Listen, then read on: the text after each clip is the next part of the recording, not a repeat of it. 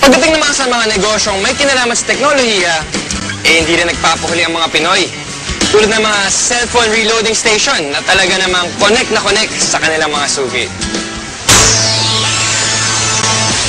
Sa panahon ngayon, isa na nga sa pangunahing pangangailangan natin ang cellphone.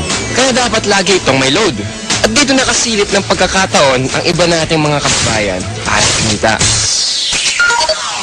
Ang V-Mobile, nakaisip ng paraan kung paanong sa pamamagitan lang ng isang telepono at isang SIM card, maaari nang makapagbenta ng load ng kahit anong network. Ano yan?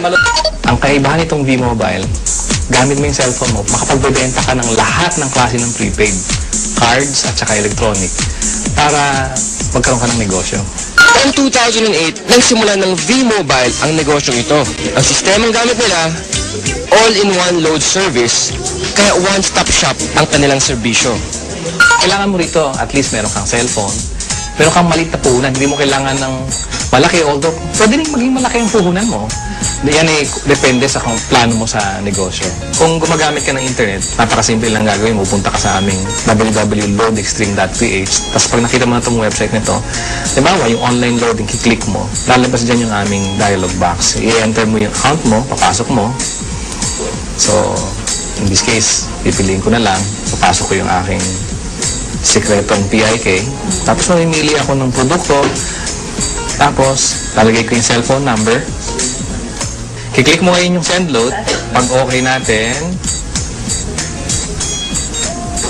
yun na.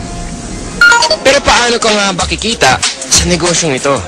Halimbawa, may magpapaload sa iyo ng 100 pesos. Ang babawas sa load wallet mo ay 90 pesos lang.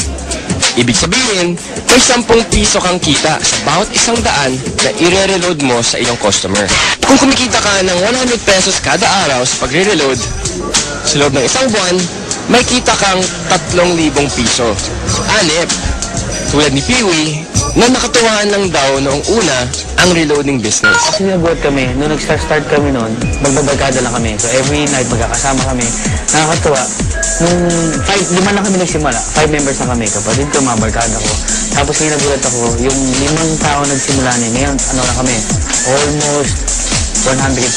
So actually, nag-vlog pa siya ng 100,000 members. Ngayon, sa simpleng pagpindot-pindot lang daw niya ng cellphone, kumikita raw si Peewee ng mula 1,000 hanggang 5,000 piso kada linggo. Ano pang hinihintay niyo mga kapartner?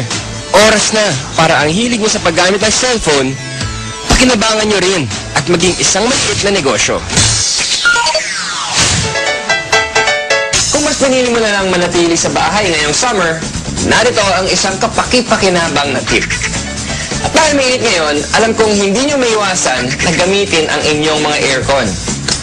Ito ang isang tip para makatipid kayo sa pagkonsumo ng kuryente.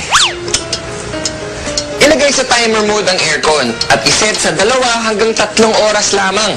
Pagkatapos nito, buksan ang ventilador para mapanatili ang lamig ng kwarto. May enjoy mo na ang lamig, makakatipid ka pa. O diba? Pwede naman eh.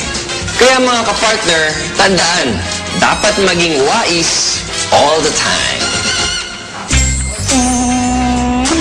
Ano ba masasabi natin?